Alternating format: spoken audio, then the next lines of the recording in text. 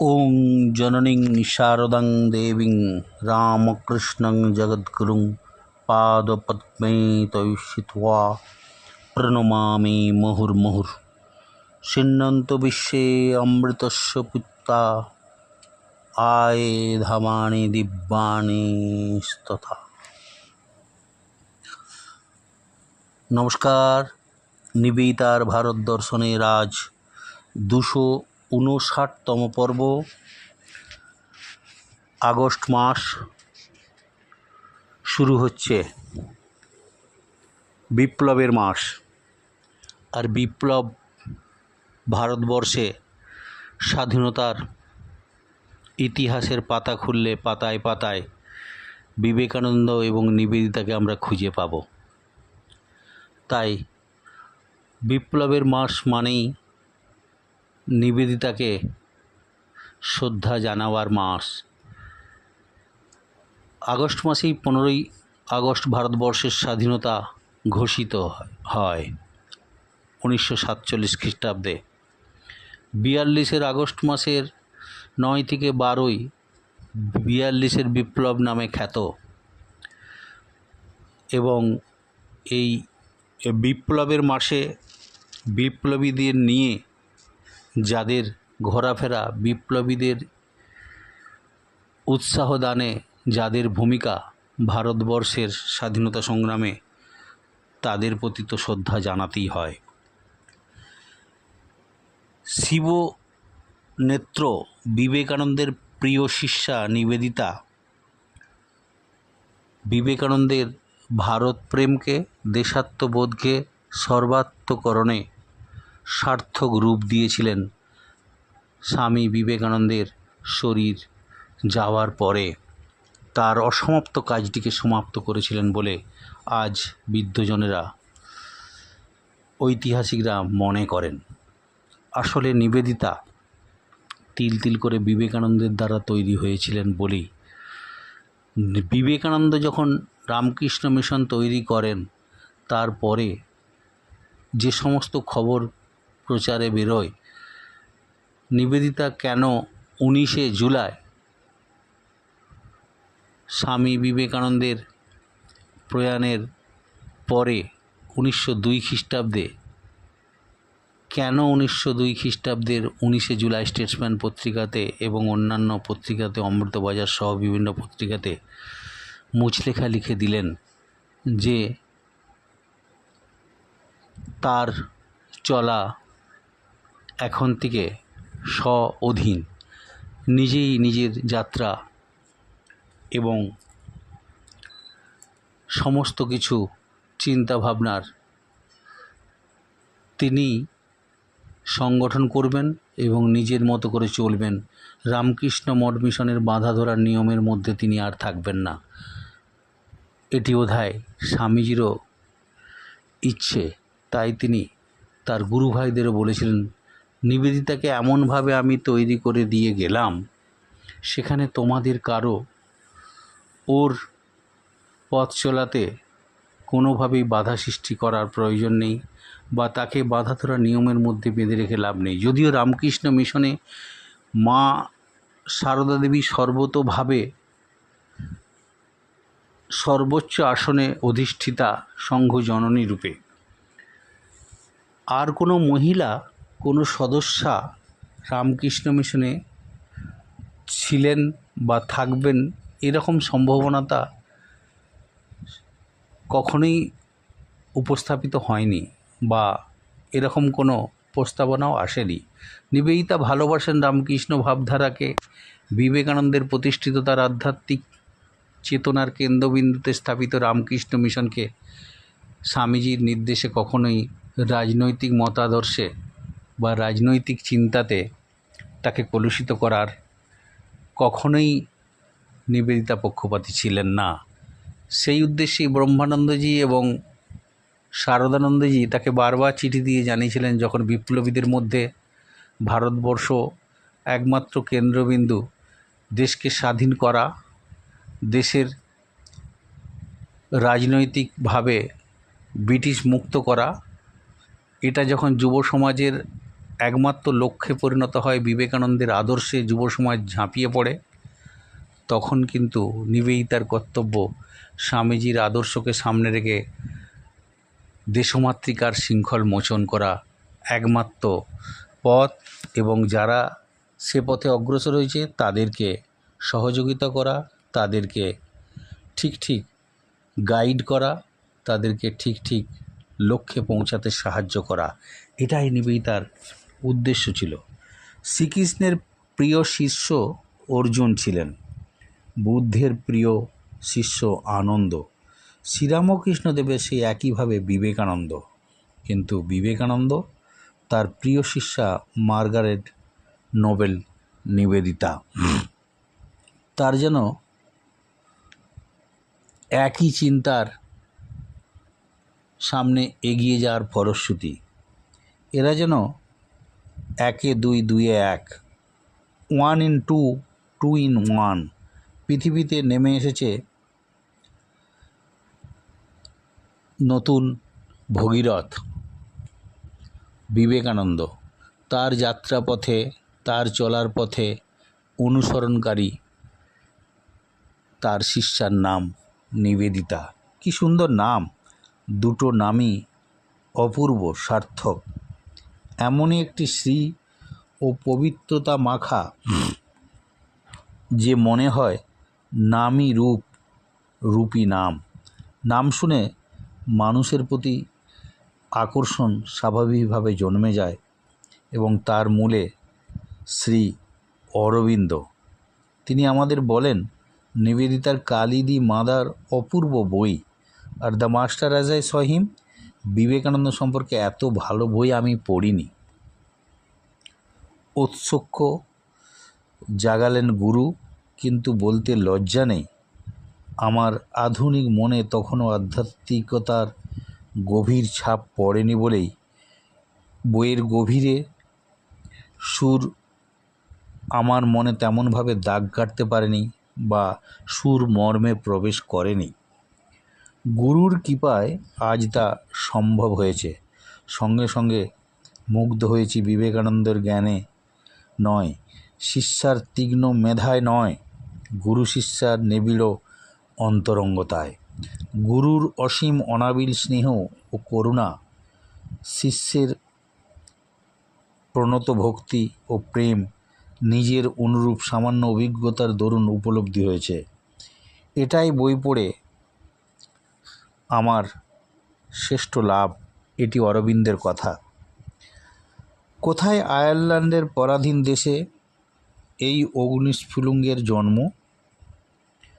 আর বিবেকানন্দের শিষ্যা করে তাকে নিয়ে এলেন কোথায় পরাধীন ভারতে। আসলে একটা যোগসূত্র ছিল। আমরা যদি দেখি, ব্রিটিশ দ্বারা শৃঙ্খলে জর্জরিত আয়ারল্যান্ড যেমন খুঁজছিল স্বাধীনতার পথ, সিনফিন দলের মধ্য দিয়ে সেটা মাঝে মধ্যেই তার নিজের স্বরূপটা জেগে উঠছিল আয়ারল্যান্ডবাসীর। সেই আয়ারল্যান্ডের প্রথম সেদিক স্বাধীনতা সংগ্রামীদের মধ্যে হোম রুল আন্দোলনে যেমনভাবে একসময় এদেশকে উদ্বুদ্ধ করেছিল, ওই সিনফিল দলের নিবেদিতার যাতায়াত ছিল। তাদের মহান বিপ্লবীদের সাথে নিবেদিতার যোগসূত্র ছিল। এটা থাকাটাই তো স্বাভাবিক, কারণ নিবেদিতার মামা দাদু হ্যামিল্টন সাহেব, তিনি তো বিপ্লবী আন্দোলনে আয়ারল্যান্ডের দেশাত্মবোধে প্রথম শ্রেণীর একজন নেতৃত্বে ছিলেন। বাবাও কিছুটা দেশাত্মবোধে উদ্বুদ্ধ ছিলেন। এই নিবেদিতা, যার পরবর্তীকালে ইংল্যান্ডে, লন্ডনে যে ব্রিটিশরা আয়ারল্যান্ডকে শাসন করছে, যে ব্রিটিশরা ভারতবর্ষকে শাসন করছে, সেই ব্রিটিশদের স্বরূপটা চিনতে তার বাকি ছিল না। তিনি সিসেম ক্লাবের সদস্যা, পরবর্তীকালে সম্পাদকের দায়িত্ব পালন করেছিলেন। সেখানে অনেকেই তার সাথে যুক্ত হয়েছিলেন, বা তিনি অনেকের সাথে যুক্ত হয়েছিলেন। ক্রোফেটকিন থেকে আরম্ভ করে অনেক বিপ্লবীদের আদর্শ তাকে উদ্বুদ্ধ করেছিল। শুধু উদ্বুদ্ধ করেনি, ম্যাথসনের বই এবং অন্যান্য অনেক বিপ্লবীদের জীবনী তাকে উদ্বুদ্ধ করে।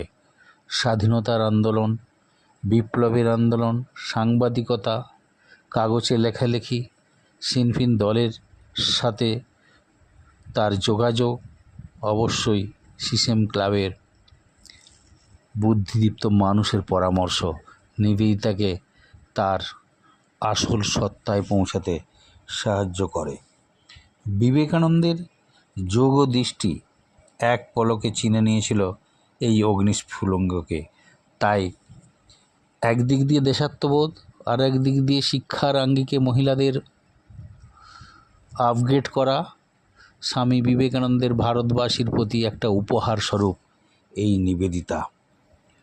কোথায় স্থান, কি তার ভবিষ্যৎ, এই স্ফুলিঙ্গকে তিনি টেনে নিয়ে এনে হাজির করলেন ভারতবর্ষের মধ্যে। ভারতে তিনি আগুন জ্বালাবেন, যেমন তাকে দিয়ে ভেবেছেন তাই করেছেন তার গুরু। সেই উদ্দেশ্যে শিষ্যাকে তিনি তৈরি করলেন। শিষ্যা তৈরি হলো, গুরুর ঐহিক কাজও যেন শেষ হলো। ভারতের আধ্যাত্মিক ইতিহাসে গুরু শিষ্যের সম্পর্ক অতীত দিনকে ম্লান করে দিয়ে অতীব মহৎ এবং পবিত্র এক গুরু শিষ্যার সম্পর্ককে ভারতবর্ষের দেশাত্মবোধের ইতিহাসে এক নতুন সমীকরণ তৈরি করে দিল। বিবেকানন্দ রাজনৈতিক ব্যক্তিত্ব ছিলেন না, কিন্তু রাজনৈতিক ব্যক্তিত্বরা বিবেকানন্দের দ্বারা উদ্বুদ্ধ হয়েছিলেন।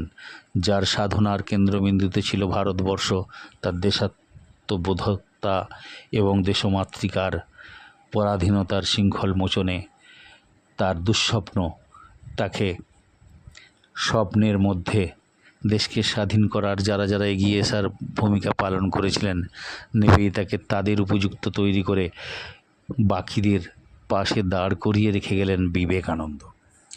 বিবেকানন্দের ইচ্ছা রামকৃষ্ণ প্রতিষ্ঠান শুধু নয়, আধ্যাত্মিক চেতনার মধ্যে দিয়ে দেশকে যেমন জাগানো, দেশের আসল স্বরূপটার সামনে মানুষকে পৌঁছে দেওয়া, তেমনি এই দেশকে তার নিজের স্বরূপকে চিনিয়ে দিয়ে তার নিজস্ব স্বমহিমায় প্রতিষ্ঠিত হওয়া, বিদেশিদের অধীন থেকে স্ব অধীনে প্রতিষ্ঠিত করা বিবেকানন্দের মনস্কামনা পূর্ণ করতে এই মহিলাটির ভীষণ ভীষণ প্রয়োজন ছিল। বিবেকানন্দ রামকৃষ্ণ মিশন প্রতিষ্ঠা করে যে কাজটি করেছিলেন, সেখানে যেমন রাজনৈতিক কোনো যোগ থাকবে না, রাজনৈতিকতার ঊর্ধ্বে উঠে মানুষের সমস্ত শক্তিকে দেশকেন্দ্রিক, দেশের মানব কল্যাণকারী করে তৈরি করতে হবে। সেক্ষেত্রে বিবেকানন্দের চিন্তা রামকৃষ্ণ মিশন প্রতিষ্ঠা, তার গভীর ভেতরে চিন্তার কেন্দ্রবিন্দুতে অবশ্যই দেশাত্মবোধ। আসলে রামকৃষ্ণ বিবেকানন্দ ভাবনার মূল উদ্দেশ্যই যেন দেশাত্মবোধের একটা পরাকাষ্ঠা তৈরি করা। আমি ভারতীয়, আমি ভারতবর্ষের সুনাগরিক, ভারতবর্ষের চিন্তায় আমাকে আলোড়িত করবে, জাতীয়তা বোধে উদ্বুদ্ধ করবে। নিবেদিতা স্বামী বিবেকানন্দ সম্পর্কে অনেক জায়গায় বলছেন যে জাতীয়তা শব্দটি স্বামীজি ব্যবহার করতেন না কখনো, কিন্তু এই জাতীয়তা বিবেকানন্দকে যেন জাতির সমস্ত মানুষদের একত্রিত করার একটা সূত্র তৈরি করেছিলেন। সেটাই পরবর্তীকালে জাতীয়তা নামে সুপ্রতিষ্ঠিত। নিবেদিতা জাতীয়তা সম্পর্কে অনেক জায়গায় অনেক সংজ্ঞা দিয়েছেন।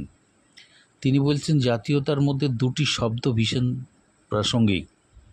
একটি হচ্ছে জাতীয়তা বোধ মানুষের মধ্যে কখন কিভাবে আসে, তার দুটি ধারা রয়েছে। একটি হচ্ছে নাগরিক কর্তব্যবোধ, অপরটি নাগরিক চেতনা। নাগরিক চেতনা আসলে তবেই নাগরিক কর্তব্য আসবে। আসলে আমরা রাস্তা দিয়ে যখন যাই দেখি একটি কল খোলা রয়েছে, জল পড়ে যাচ্ছে, কেউ সেটিকে বন্ধ করেনি। আপনার যদি নাগরিক চেতনা থাকে তখন নাগরিক কর্তব্য হিসাবে আপনি এগিয়ে গিয়ে কলটিকে বন্ধ করবেন। একটি মানুষকে অকারণে কেউ কষ্ট দিচ্ছে বা তাকে আঘাত দিচ্ছে, তার পাশ দিয়ে যাচ্ছেন, অপরে চলে যাচ্ছেন মাথা নিচু করে, কিন্তু আপনি যদি নাগরিক সচেতন মানুষ হন সেখানে আপনি তার প্রতিবাদ করবেন। রাস্তায় যাচ্ছেন, কেউ বা অন্যায়ভাবে রাস্তার মাঝে কোনো খারাপ কাজ করছে যেটি জাতির স্বার্থে অকল্যাণ, আপনি যদি সত্যিই জাতীয়তাবোধী একটি মানুষ হন, এই জাতির প্রতি শ্রদ্ধাশীল হন, নাগরিক চেতনা আপনার থাকে, নাগরিক কর্তব্য হিসাবে আপনি সেখানে রুখে দাঁড়াবেন, বা আপনি সহৃদয় ব্যক্তি হিসাবে যে মানুষটি ভিকটিম তার পাশে গিয়ে দাঁড়াবেন। এটি ভারতবর্ষের চিন্তা এবং চেতনার মধ্যে চিরজাগ্রত হয়ে রয়েছে। যারা একে চিনতে পেরেছে তারাই ভারতীয়ত্ব বোধে নিজেদিকে জাতীয়তা বোধের বা জাতীয়তার মধ্যে নিজেদেরকে যুক্ত করার চেষ্টা করেছে। নিবেদিতা গুরু শিষ্যার যে সমস্ত সম্পর্কগুলি তিনি পালন করেছেন, one who chooses the infinite is chosen by the infinite. গুরুর আদেশ শিষ্যের কাজে বেদ বাক্য। বিবেকানন্দ বলছেন গুরু পিতামাতার ঊর্ধ্বে। তিনি একাধারে আধ্যাত্মিক শিক্ষক, সর্বেসর্বা প্রভু। তিনি শিষ্যের অন্তরের গূঢ় স্পন্দন টের পান। শিষ্যের জীবন মরণ, আর্থিক পারমার্থিক মঙ্গল, পাপ পুণ্য গুরু বহন করেন।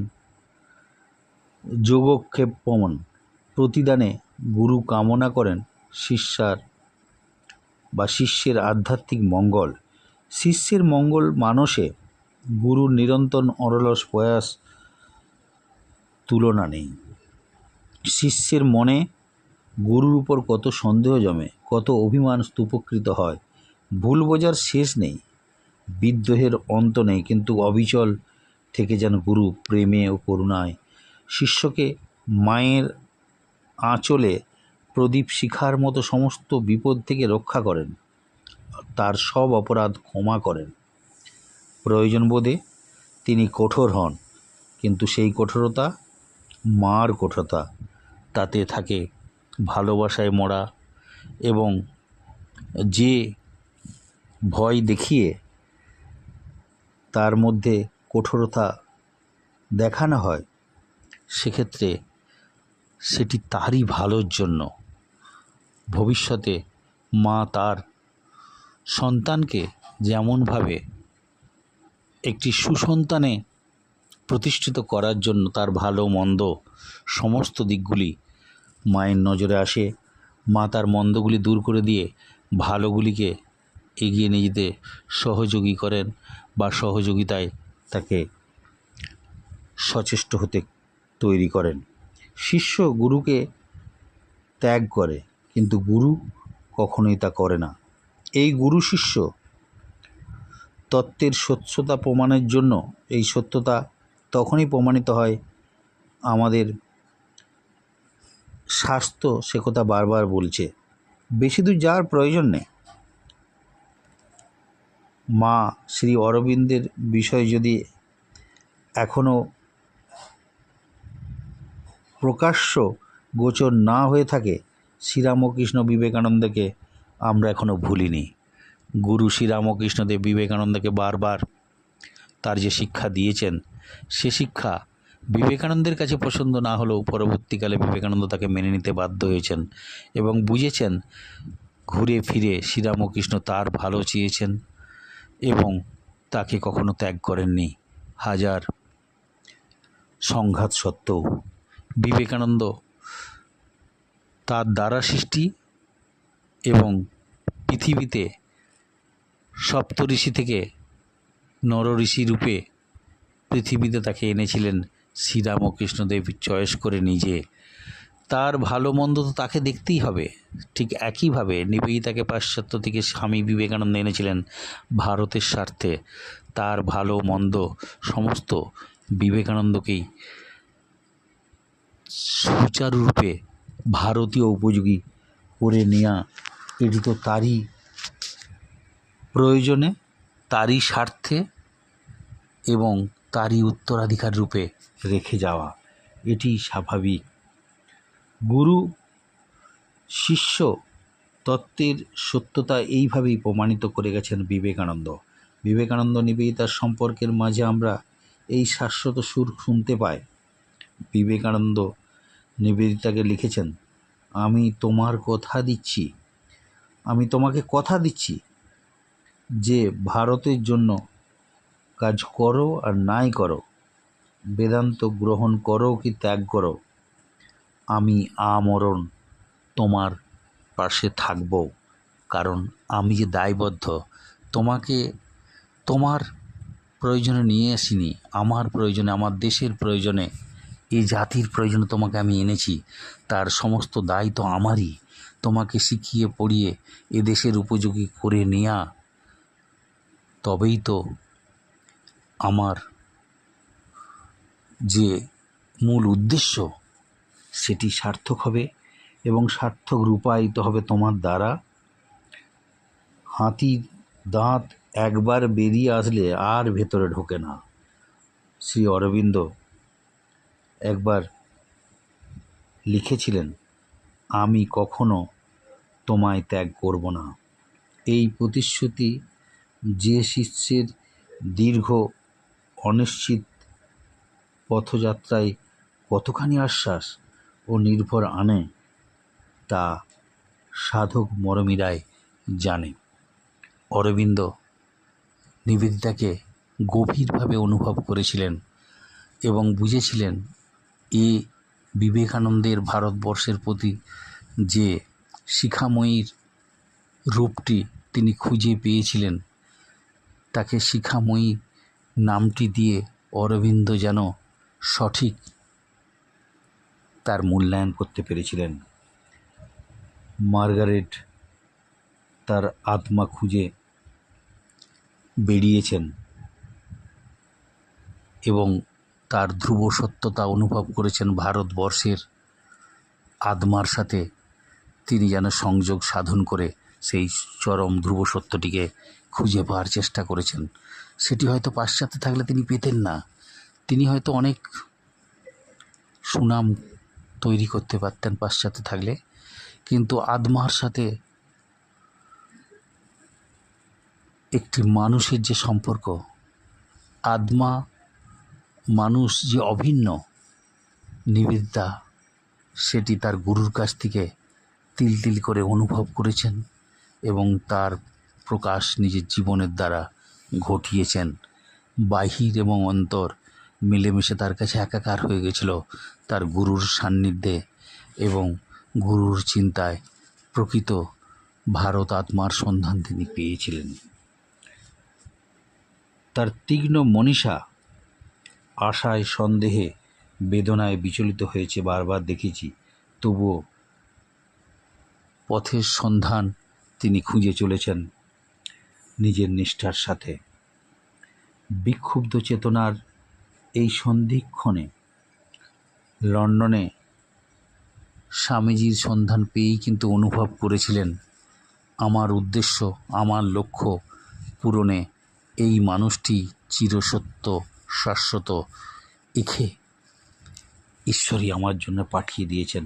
স্বামীজির মুখে শুনলেন গীতার উপনিষদের বাণী, উদার গম্ভীর কণ্ঠে তার কাছে প্রতিভাব হলো, এই আমার গুরু। তার মনের ভাব শ্রী অরবিন্দের ভাষায় বলা যেতে পারে, হু দেন আর্ট দাও hiding in human Guish, thy voice carries the sound of infinity. Knowledge is with thee.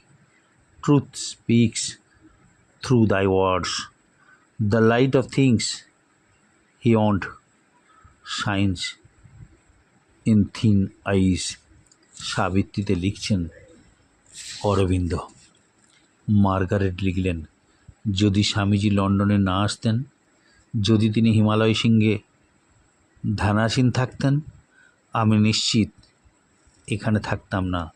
আমি জানতাম ডাক আমার আসবেই। অন্যদিকে স্বামীজি তার যোগ দৃষ্টিতে বুঝতে পেরেছিলেন নিবেদিতাই একমাত্র নারী, যিনি ভারতবর্ষে তার কাজের একমাত্র উপযুক্ত। যখন স্বামীজির কাজে তিনি আত্মোদ্যান করার ইচ্ছা প্রকাশ করেছিলেন, স্বামীজি শান্ত কণ্ঠে তাকে বলেছিলেন, হ্যাঁ, তোমার স্থান ভারতবর্ষে, তবে সময় হলে ভারতবর্ষের উপযোগী হয়ে ভারতবর্ষে তোমার প্রয়োজনীয়তা আসবে। তার জন্য তোমাকে মানসিকভাবে প্রস্তুত থাকতে হবে। সময় হলেই সে ডাক তোমার জন্য আসবেই। কাজেই সেখানে দেশে ফিরে স্বামীজি তাকে লিখেছিলেন, আমার দৃঢ় প্রত্যয় হয়েছে ভারতবর্ষের কাজে তোমার অশেষ সাফল্য লাভ হবেই হবে। ভারতের জন্য, বিশেষ করে আমাদের নারী জাতির জন্য, পুরুষ অপেক্ষা নারীর একজন প্রকৃত সিংহিনীর প্রয়োজন। সেই সিংহিনী রূপেই নিবেদিতা পরবর্তীকালে স্বামীজির দায়ভারটা নিজের কাঁধে তুলে নিয়ে তিনি তার সিংহিনীর রূপ ধারণ করেই ভারতবর্ষকে স্বাধীনতার ইতিহাসে এক নতুন বার্তা, যুগসন্ধিক্ষণে তিনি যেন ভারতীয় বিপ্লবীদের পাশে সেই সিংহিনীর ভূমিকায় অবতীর্ণ হয়েছিলেন। বিবেকানন্দ তার চিন্তার মধ্যে যে সিংহিনীকে খুঁজে বেরিয়েছিলেন, ভারতবর্ষ এখনও সেই মহিষী নারীর কথা ভুলে যায়নি। তাই অন্য জাতি থেকে ধার করে আনা হলেও এ ঋণ ভারতবর্ষের মানুষ এখনও শোধ করে উঠতে পারেনি। নারীর শিক্ষা, ঐকান্তিকতা, পবিত্রতা, অসীম প্রীতি, দৃঢ়তা, সর্বোপরি তার ধমনীতে যে কেল্টিক রক্ত বইছিল, সে রক্ত ভারতবর্ষের উপযুক্ত নারী রূপেই যেন গঠিত হয়ে রয়েছে। পাশ্চাত্যের সেই শক্তিতে বলীয়ান হয়ে ভারতবর্ষের বিবেকানন্দের আধ্যাত্মিক চেতনায় এবং ভারতীয় বোধত্ব, বিবেকানন্দের দেয়া তার ব্রহ্মজ্ঞান, ব্রহ্মচর্য তাকে প্রকৃত ভারতীয় আধ্যাত্মিক শক্তিতে, পাশ্চাত্যের রাজনৈতিক শক্তিতে, পাশ্চাত্যের শারীরিক শক্তিতে ভারতবর্ষকে সমৃদ্ধ করার জন্যই যেন নিবেদিতা চরিত্রের সৃষ্টি। ইউরোপ থেকে ভারতবর্ষ অনেক কিছু লাভ করেছে, কিন্তু সর্বশ্রেষ্ঠ লাভ বুঝি এই নারীটি। রত্ন, বর্তমান আধ্যাত্মিক ভারতে মহিষী নারীর অভাব। বিবেকানন্দ সেই প্রস্ফুটিত আক্ষেপ প্রবলভাবে তার মুখে বারবার শোনা গেছে। সীতা সাবিত্রীর দেশে নারী শক্তিকে জাগাবার জন্য তিনি ইউরোপের দ্বারস্থ হয়েছিলেন। অরবিন্দের সাধনায় আমরা দেখি ইউরোপ থেকে এলেন মাদ্রী শক্তি।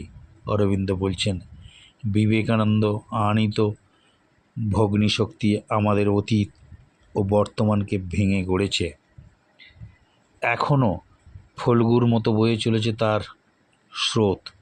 শ্রী অরবিন্দের মাতৃশক্তি লক্ষ্মীচক্ষীর অন্তরালে বিরাট রূপ দিচ্ছে বর্তমান এবং ভবিষ্যৎকে। শ্রী অরবিন্দের ভাষায় দক্ষিণেশ্বরে যে কাজ আরম্ভ হয়েছে তা শেষ এখনও হয়নি। সময় সমস্ত সাংসারিক বন্ধন ছিন্ন করে মার্গারেট ভারতে এসেছিলেন।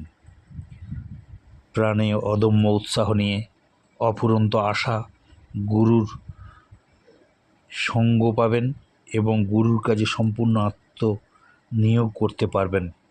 দিন যায়, রাত যায়, মাস যায়, গুরু নানা কথা বলেন কিন্তু কাজের কথা একবারও উল্লেখ করছেন না। অস্থির হয়ে পড়েছিলেন তখন। অবশেষে নিজেই জোর করে চলে এসেছিলেন 28শে জানুয়ারি 1898 খ্রিস্টাব্দে। নিবেদিতার প্রয়োজন ছিল। নিবেদিতা এসেছিলেন বলেই ভারতবর্ষ তার ভারত মাতার রূপটিকে চিনতে পেরেছিলেন। শিষ্যার দ্বন্দ্ব বারবার নিবেদিতাকে তিনি ঘুচিয়ে দিয়েছেন। পাশ্চাত্যের রাজসিক কর্মপ্রেরণা, প্রাচ্য গুরুর শান্ত ধীরতার চঞ্চলতা তিনি কাটিয়ে দিয়েছেন। অসহিষ্ণুতা নয়, অথচ অভিপ্সার তীব্রতা যেন অনন্তকাল কোথায় সম্মুখে তার আধ্যাত্মিকতার সেই মূল মন্ত্র ইউরোপীয় জীবনধারা তাকে হারিয়ে দিতে পারেনি। ভারতবর্ষে তিনি খুঁজে পেয়েছেন আসল সত্য, আসল লক্ষ্য এবং তার অভীষ্টতাকে। গুরুর মধ্যে নিহিত অভিপ্রায়টাই প্রথমে চমৎকার আধারকে ধীরে ধীরে সম্পূর্ণ খাঁটি ভারতীয় ছাপ দেয়া। কি করে স্বাধীন চেতা প্রতিভাদীপ্তা শিষ্যার সমস্ত বিদেশি রক্ত নিঃশেষে বের করে তার শিরায় শিরায় কোষে কোষে গুরু নিজের আত্মার রক্তবর্ণে সঞ্চারিত করলেন। এই আধ্যাত্মিক ইতিহাস একদিকে যেমন রোমাঞ্চকর, অন্যদিকে তেমনি গুরুর অসীম কৃপা ও যোগশক্তি, শিষ্যার নিষ্ঠা ও নতির পরিচায়ক। সেই গূঢ় সূক্ষ্ম কাহিনীর যতটুকু আমরা জানি তাতে নিবেদিতা মনে প্রাণে হিরে ভারতীয় হয়ে গেছিলেন। মার্গারেট স্বামীজিকে গুরু এবং ভারতের সেবাকে নিজের জীবনের ব্রত হিসাবে গ্রহণ করেছিলেন, কিন্তু পাশ্চাত্য শিক্ষা ও সংস্কারের বশে তার প্রকৃতিকে তিনি সেইভাবে দেখেননি। আসলে স্বামীজির চিন্তা এবং চেতনার মধ্যে যেটা লুকিয়েছিল সেটা নিবেদিতা অনুভব করতে পেরেছিলেন। বারবার স্বামীজি তাকে স্মরণ করিয়ে দিয়েছিলেন, তার সঠিক পথটাকে নির্দিষ্ট রুটে চালিত করার চেষ্টা করেছিলেন। সেটা কি দাদাগিরি নয়, গুরুগিরি নয়। ব্রিটিশরা যখন ভারতবর্ষকে শাসন করছে, ব্রিটিশের মতো ভারতীয়দের দৃষ্টিতে তিনি যেন না আসেন, বা ভারতীয়দের যেন তার নিজের ব্রিটিশীয় দৃষ্টিতে না দেখেন। তিনি দেখবেন ভারতীয়ত বোধে, জাতীয় ভাবনায় ভারতীয়দের সেবা করতে হবে। শুধু ব্রিটিশদের ভাবে ইংরেজি শিক্ষায় শিক্ষিত নয়, তিনি শিক্ষায়, দীক্ষায়, শিল্পে, বাণিজ্যে, বিজ্ঞানে সমস্ত দিক দিয়ে বিশ্বের মানুষের কাছে ভারতীয়দের তার আসল স্বরূপটা চিনিয়ে দিতেই তার যেন এদেশে আগমন। তাই নিবেদিতাকে বারবার যেটি স্মরণ করে দিয়েছিলেন সেটি দিয়েই আজকে শেষ করব আলোচনা। নিবেদিতাকে স্বামীজি চেয়েছিলেন ভারতীয়ত্ব বোধে, জাতীয়তা বোধে, জাতীয় ভাবনায় ভারতবর্ষের পাশে চির নত থাকবেন এবং ভারতীয়দের তিনি ভারতীয়ত্ব বোধেই তিনি উদ্বুদ্ধ করবেন। আমরা জানি 28শে মে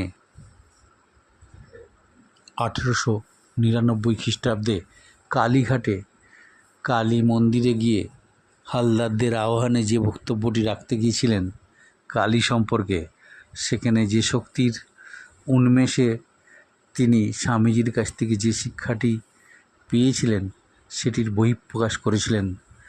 সেটিকে যদি তার ভাষায় বলতে হয়, তিনি যুব সমাজের মধ্যে যেন একটি চাবুক মারলেন।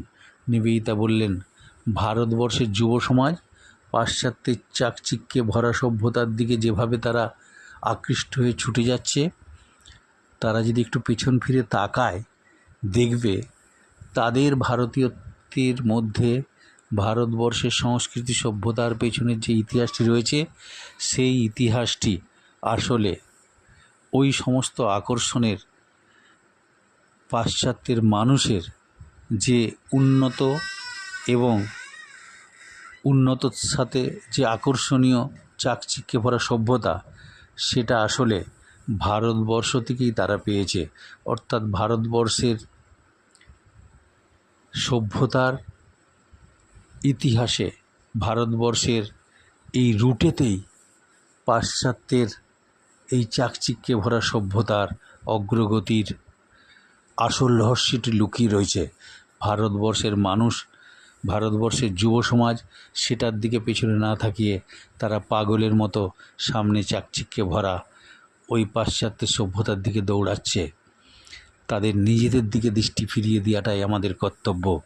মুক্তিপ্রাণা মাতাজি তার অসাধারণ লেখার মধ্যে লিখছেন, নিবেদিতার সেদিনের বক্তৃতা কালীঘাটে, সেটি আসলে ভারতবর্ষের জাতীয়তার এবং দেশাত্মবোধের উদ্বোধনী রাগিনী। এই আগস্ট মাসটি বিপ্লবের মাস। আমরাও ভারতবর্ষের জাতীয়তার, স্বাধীনতার, দেশাত্মবোধের রাগিনী রূপেই নিবেদিতাকে আপনাদের সামনে প্রথম রবিবারটিতে তুলে ধরার চেষ্টা করছি। সকলে ভালো থাকবেন। নিবেদিতার ভারত দর্শন, তার জাতীয়তাবোধ, ভারতীয়ত্ববোধ এই মাসটিতে অন্তত বিশেষভাবে অনুভূত হবে। আমার চিন্তায়, আমার ভাবনায় অবশ্যই পানারাম চ্যানেলের সান্নিধ্যে আপনারা সেই জায়গায় পৌঁছতে পারবেন। ওং অসতৌ মা সদ্গময় তমসো মা জ্যোতির্গময়। সকলে ভালো থাকবেন। নমস্কার।